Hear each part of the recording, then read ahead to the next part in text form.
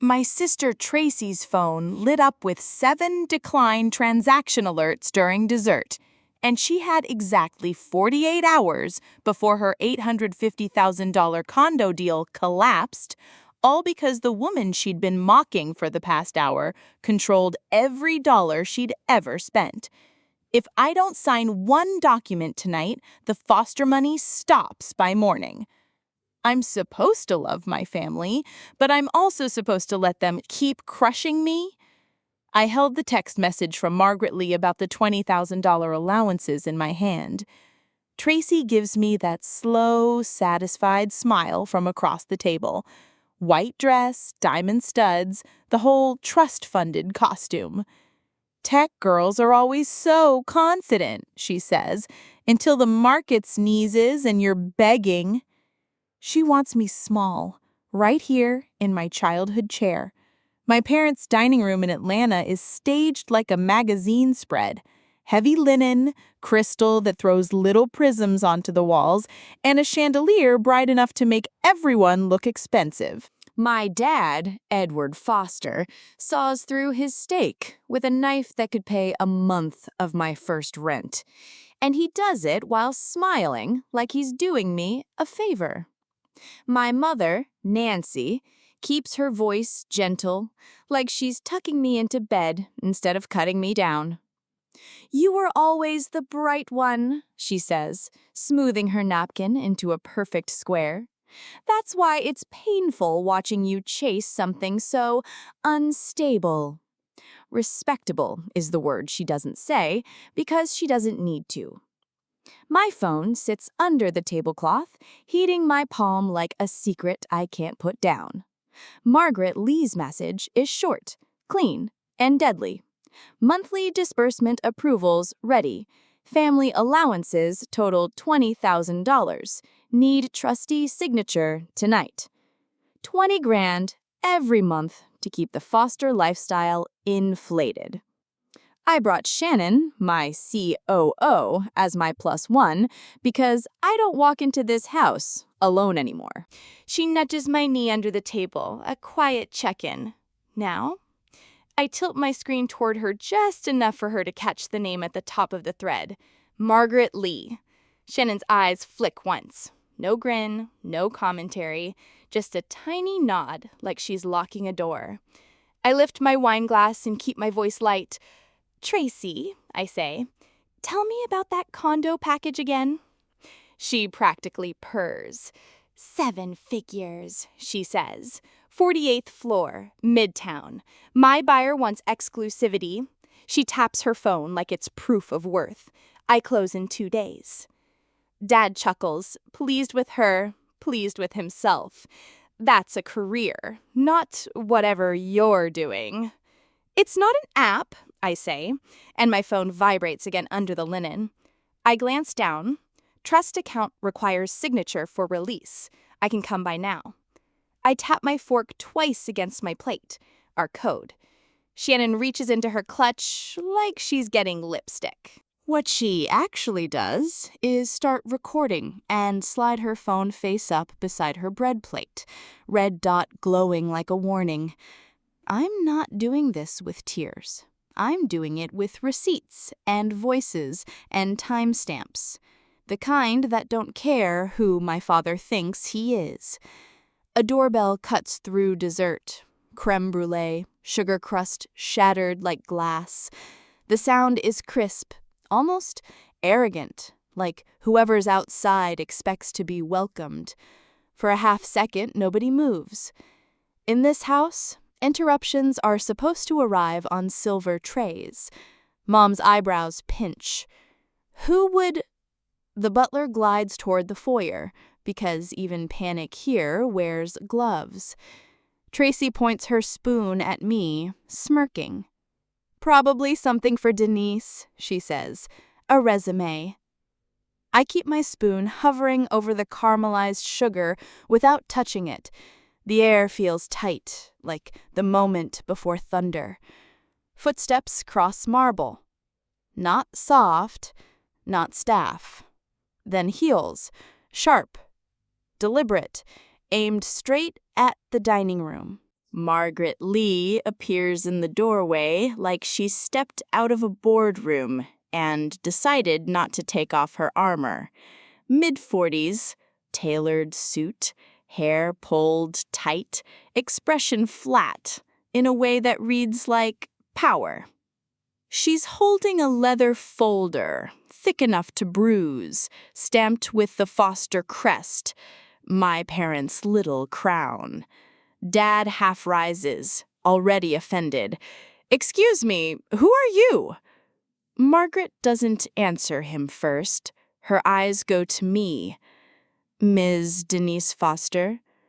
The porcelain under my spoon clicks when I set it down, and suddenly every sound in the room feels too loud.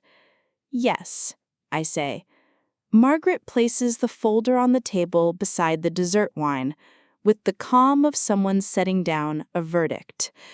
"I'm Margaret Lee, trust manager for the Foster Family Trust. I apologize for arriving unannounced, but we're at end-of-month disbursement. I need authorization." Mom lifts her chin. "From Edward, obviously." Margaret doesn't blink. From the trustee. Dad lets out a quick laugh, the kind he uses to dismiss salespeople. "I'm the head of this family." Margaret opens the folder and slides out a single page with one line highlighted in yellow. She taps it once with a manicured nail and looks back at me. "I need her signature," she says. Silence drops heavy. No chair creaks, no little polite coughs, just ice shifting in a glass somewhere, and Tracy inhaling like she forgot how. Tracy's laugh comes out thin. "Her? Denise doesn't even have a real paycheck." "This isn't about paychecks," Margaret says. "It's about legal authority. Without Ms. Foster's authorization, no funds are released." She sets a pen on the paper like she's placing a gavel. Dad's jaw flexes. "What funds?" Margaret's tone stays clinical. "The Foster Family Trust disbursements, including the monthly allowances." Allowances, like they're kids asking permission for gas money. The folder sits between burnt sugar and crystal, crest facing my parents, and for the first time tonight they look like guests in their own house. Margaret points the pen toward me. Again, "I need your authorization. Tonight." Dad snatches the page hard enough to wrinkle a corner. His eyes scan the header, Foster Family Trust, then hit the highlight and freeze. I don't need to lean to know what it says. I've reread it enough times. My brain memorized the shape of it. Sole trustee, Denise Marie Foster. Effective date, 3 years prior. Tracy cranes over his shoulder, perfume and panic mixing in the air. "That's not..." Her voice dies when the ink doesn't change. Mom fumbles for her glasses, like the words are the problem. "This has to be a mistake," she says, already reaching for denial. "Edward, tell her." Dad's glare slices to me. "Why would you be trustee?" Margaret answers, without emotion. "Because the documents name her. The amendment was executed and filed properly after the prior trustee's death." My pulse bangs in my ears. I keep my hands flat on the table so no one sees them shake. Shannon's phone sits there, recording, patient and hungry. Tracy whips to me. "You knew?" I let the pause stretch, not dramatic, just long enough for her to feel the floor tilt. Then I nod once. I've been signing, I say, since I was 25. I watch it hit them like broken glass. Dad's face floods red. That's impossible. I would have known. Margaret slides forward another sheet. Signature box waiting. My name printed under trustee name, like it never belonged to anyone else. Internal controls require trustee authorization, she says. I contacted Ms. Foster directly, as required. Mom's voice flips into sugar.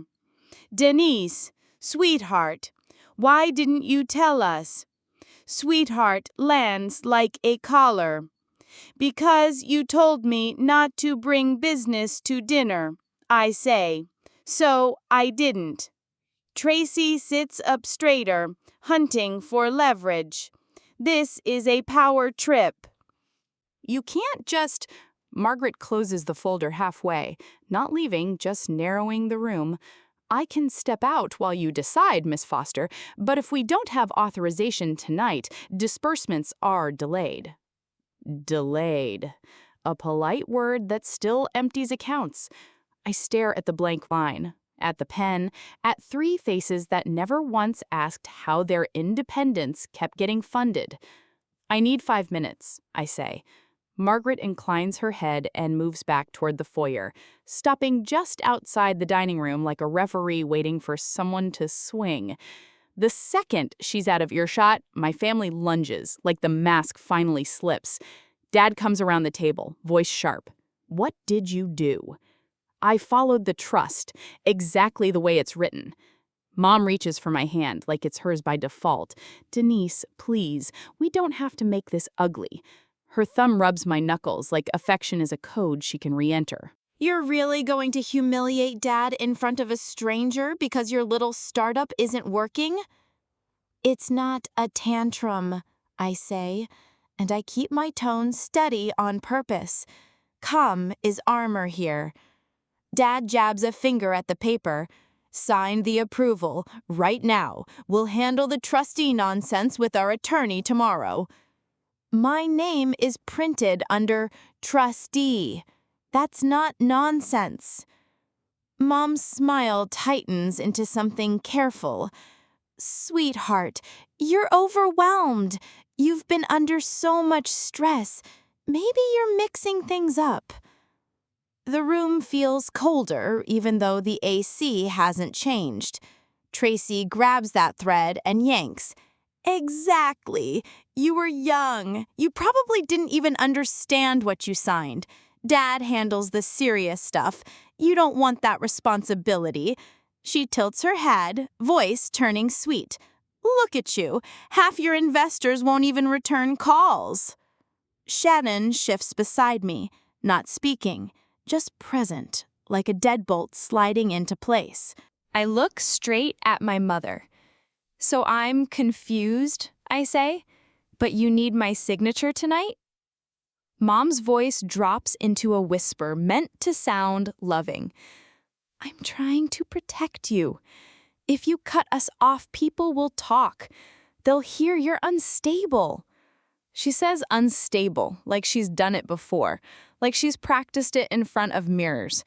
Dad steps closer, blocking my line of sight to the foyer. Denise, the trust is the family. If you don't sign, you'll look greedy. My stomach tightens. For a second, my fingers hover over the pen, not because I'm afraid of them, but because I know exactly how loud they can be when they lose. Shannon's red recording dot is still glowing. I tilt my chin toward it. Say it again, I tell Dad, the greedy part. Louder. His eyes flick to the phone. His throat works like he swallowed a stone. Tracy's voice spikes. Are you recording? What is wrong with you? Shannon finally speaks, quiet and precise. A trustee being coerced gets documented. Keep going. Mom squeezes my hand too hard now. Denise, don't do this to us. I slide my hand free slowly, controlled, then pull my phone onto the table where everyone can see it. No more hiding under lemon. Dad flinches at the glow like it's a weapon. I scroll to one contact I've never used in this room before. Paul Carter, private banking. Tracy scoffs too loud. Calling someone to show off? I'm calling someone to stop the bleeding, I say. Starting with you. Mom tries to pivot. Let's talk privately. No, I say. We do everything in front of witnesses in this house. I hit call. One ring. Paul answers like he already knew tonight was coming. Denise Foster. Good evening. Dad snaps. Who is that? I don't look up from the screen. Paul, I need an immediate hold on all trust disbursements. No allowances, no reimbursements, no wires. Effective now. The AC kicks on. A low, steady hum that makes the silence feel even sharper. Paul doesn't hesitate. Understood. Beneficiary disbursements frozen pending trustee instruction. Tracy laughs, but it's brittle. You can't do that over the phone. Paul's voice stays level. Confirmation will be sent to your secure email and SMS. Would you like all trust-backed credit lines restricted as well? Tracy stops breathing for a beat. Yes, I say. Lock everything. Done, Paul says, and the call ends clean, like a vault door. My phone buzzes before I even set it down. A time-stamped message, bright and ugly. Hold confirmed. 9:42 p.m. I tilt the screen toward them, just enough for them to read it, just enough to understand it isn't an argument anymore. Mom's lips part. Denise, why are you doing this? I glance around at the room. The crystal, the wine, the estate they call earned. Because you've been spending my silence for years, I say, and I don't soften it. Dad's palm slams the table hard enough to make a spoon jump. You ungrateful? Shannon sets her napkin down with surgical calm. She's the trustee, she says. Sit down. Dad glares at her like she's something stuck to his shoe. Who are you? The person who signs Denise's payroll, Shannon says. The job you keep calling imaginary. Dad's face twitches. Tracy's phone starts vibrating like it's dying in her hand. Dad paces behind his chair as if movement can rewrite paperwork. Mom's fingers flutter at her throat, panic trying to stay elegant. Tracy keeps refreshing her banking app like rage can fix a freeze. I keep my phone face up on the table, 9:42 p.m., a digital line in the sand. Dad points at me. We don't need your money. Perfect, I say. Then the hold shouldn't matter. Mom lifts her chin, desperate to keep the illusion standing. We have investments, income. I reach into my bag and pull out the printouts I brought, the boring pages that built their whole world. Trust statements, disbursement logs, approval records, the stuff they never bothered to read because it always cleared. I slide the top sheet across the table. $12,400 Amex payoff, Tracy. $6,800 wardrobe reimbursement, Tracy. $18,950 vineyard trip deposit, Edward and Nancy. $22,000 Range Rover lease. Each line dated, each line approved, and every approval stamped with my signature. Mom inhales sharply. Those are reimbursements. That's your life, I say. Every spontaneous trip you posted like you paid for it. Dad snatches the paper and scans fast, like speed can save him. This doesn't prove dependency. I flip to the deposit summary and tap once. Then show me your income that isn't the trust drop, I say. Show me. Tracy opens her mouth to throw Dad's name at it, like he's a shield, but the words get stuck because her phone lights up again. Declined. Insufficient available credit. Her face twitches. That's a glitch. Another vibration. Declined. Transaction reversed. Dad's voice tightens. Tracy? Her thumb shakes as she opens her banking app. She looks up at me and her voice drops into something ugly and small.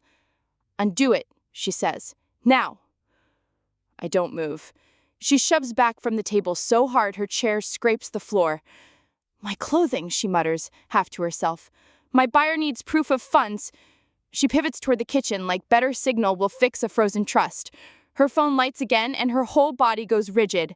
She turns the screen without meaning to because panic makes people stupid. Declined. $15,000 earnest money transfer. Another notification stacks on top of it. Declined. $3,200 air charter reservation. Then another. Then another. 7 in a row, like the universe is keeping count. Tracy's voice jumps. I have 48 hours. If I don't wire earnest money, I lose the deal and the buyer walks.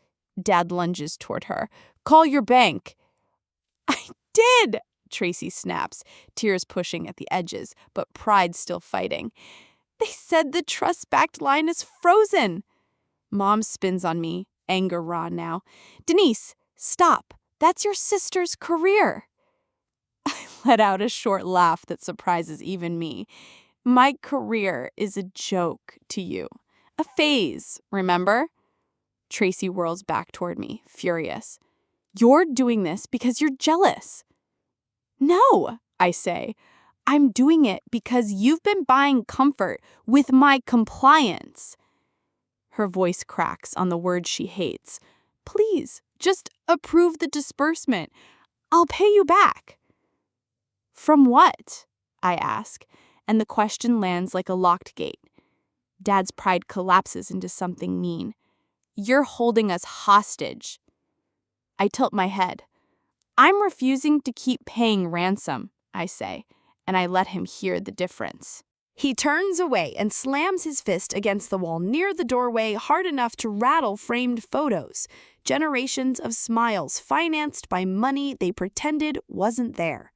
This house is ours, he says, voice shaking with certainty he doesn't have. This estate is in my name. I stand slowly, chair legs dragging across the hardwood like a warning. Is it? I ask. I pull out one more sheet Margaret tucked into the folder because trust managers don't show up empty-handed. Fulton County Tax Commissioner, final notice. Mom grabs it first, like she can hide ink. Her eyes hit the number and her face drains all at once. Unpaid property taxes, $94,600. Edward, she whispers, and it's the first time tonight her voice sounds genuinely afraid. Dad rips it from her and reads it twice. That's due, I finish. And without disbursement money, you don't have it. Mom's voice wobbles. We were going to pay it next month. With what? I ask again, because the truth keeps circling back to the same cliff. Dad steps toward me, palms out, bargaining now. Denise, approve tonight. We'll fix everything. You can't let them put a lien on the house. For one beat, the room goes still. Even the chandelier seems too bright, like an interrogation light hanging over a family portrait. Then Mom tries a different weapon, softer and sharper at the same time. Think about how this looks, she says, eyes glassy. If people hear you cut your family off, if they hear you're taking money, Denise, I can't protect you from what they'll say. Tracy wipes at her face, then points at me like she's found the moral high ground in the rubble. You're proving you're unstable, she says. This is why nobody trusts you with serious money. A reminder. I'm not alone. I tap the bottom of the tax notice where the consequence sits, cold and official, lien and seizure. I can let it happen, I say, and I will. Mom's mouth opens like she can't believe I'm choosing reality over the performance. Denise, we raised you. You raised me to be useful, not safe. Tracy scrambles to redirect, voice fast. This is about your startup. You're punishing us because you couldn't raise money. I turn to her slowly because she picked the one lie that still makes my stomach flip. Shannon gives me the smallest nod. Not comfort, confirmation. I pull up an email thread on my phone, the one I kept rereading like it was a bruise I couldn't stop touching. Subject: seed round. Concerns raised.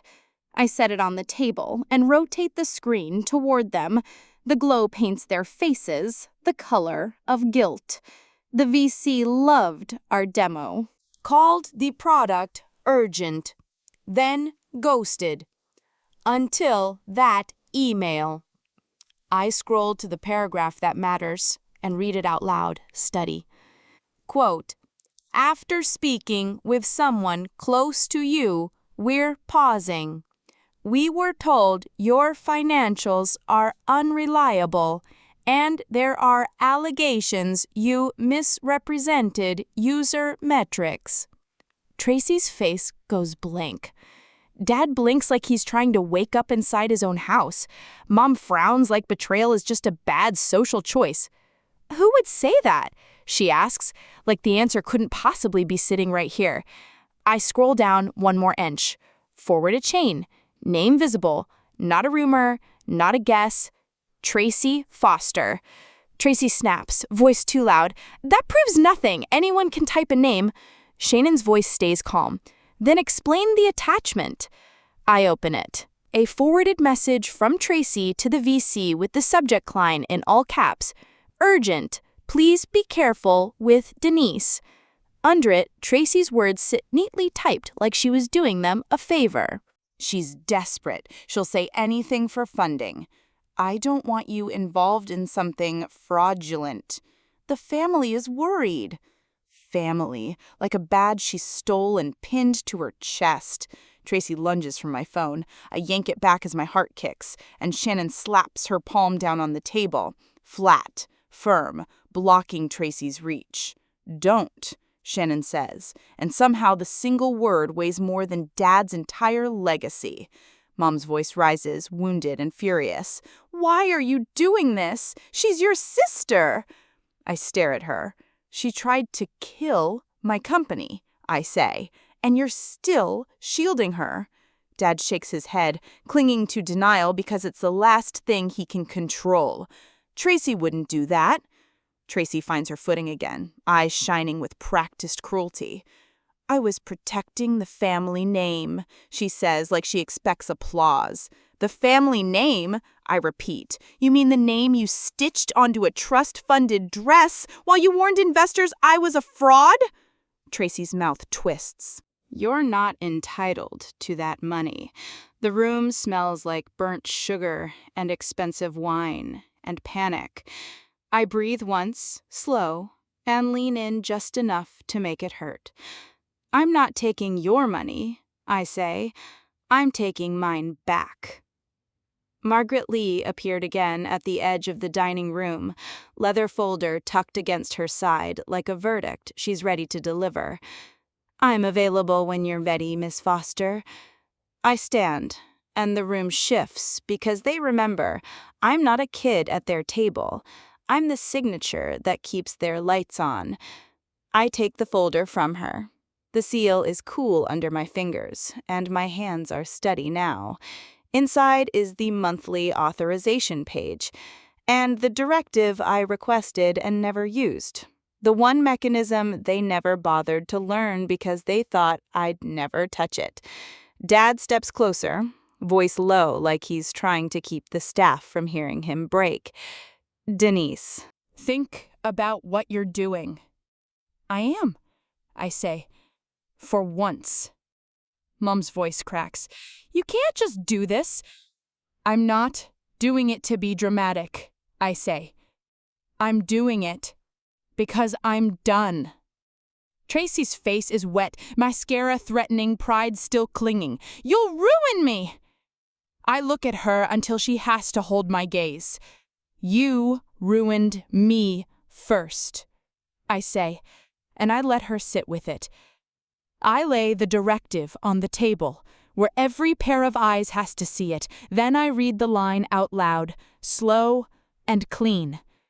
Directive to allocate trust assets, $20 million, into Foster Innovations, LLC. Dad makes a sound like something inside him snapped. You can't! I can, I say. I'm the sole trustee. Mom grabs my wrist, nails digging in. Denise, stop! We'll apologize. We'll fix it. I look down at her hand like it's an object that doesn't belong on me. Then I peel it off gently, one finger at a time. Margaret slides the pen forward. I sign. Ink moves across paper. The pen lifts. The room doesn't breathe. Margaret takes the document, slides it back into the folder, and closes it with a soft, final thud. Tracy's phone buzzed again, declined, like the night itself is underlining my signature.